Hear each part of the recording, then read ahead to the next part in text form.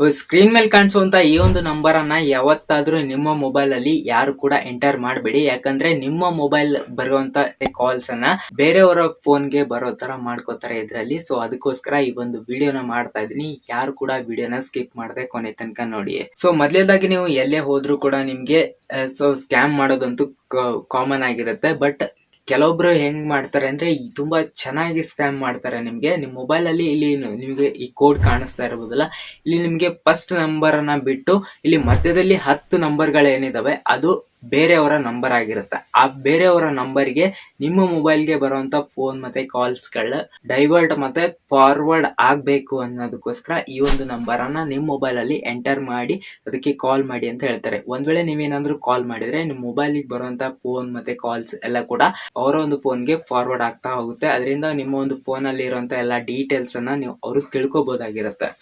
ಅದಕ್ಕೋಸ್ಕರ ನಿಮ್ಗೇನಾದ್ರೂ ಈ ತರ ಬೇರೆ ಅಕಸ್ಮಾತ್ ನೀವೇನಾದ್ರೂ ಬೇರೆಯವ್ರಿಗೆ ನಾವು ಮೊಬೈಲ್ ಅನ್ನ ನಿಮ್ಮೊಂದು ಮೊಬೈಲ್ ಅನ್ನ ಮಾತಾಡೋದಕ್ಕೋಸ್ಕರ ಅನ್ನೊಂದು ಪರ್ಸನ್ಗೆ ಕೊಟ್ರೆ ಕೆಲವೊಂದ್ಸಲ ಕೊಡ್ಬೇಕಾಗುತ್ತೆ ನಿಮ್ಮ ಮೊಬೈಲ್ ಅನ್ನ.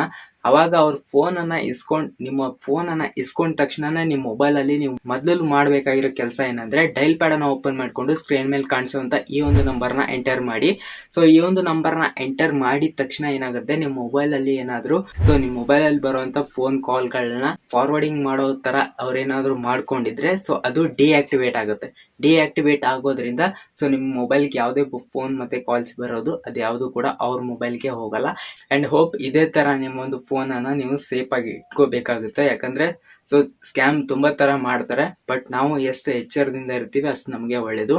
ಇದೇ ತರದ ಟೆಕ್ ಇನ್ಫಾರ್ಮೇಶನ್ ಗಾಗಿ ನಮ್ಮ ಒಂದು ಚಾನಲ್ ನ ಸಬ್ಸ್ಕ್ರೈಬ್ ಮಾಡ್ಕೊಳ್ಳಿ. ಮತ್ತೆ ಸಿಗೋಣ ನೆಕ್ಸ್ಟ್ ವಿಡಿಯೋದಲ್ಲಿ.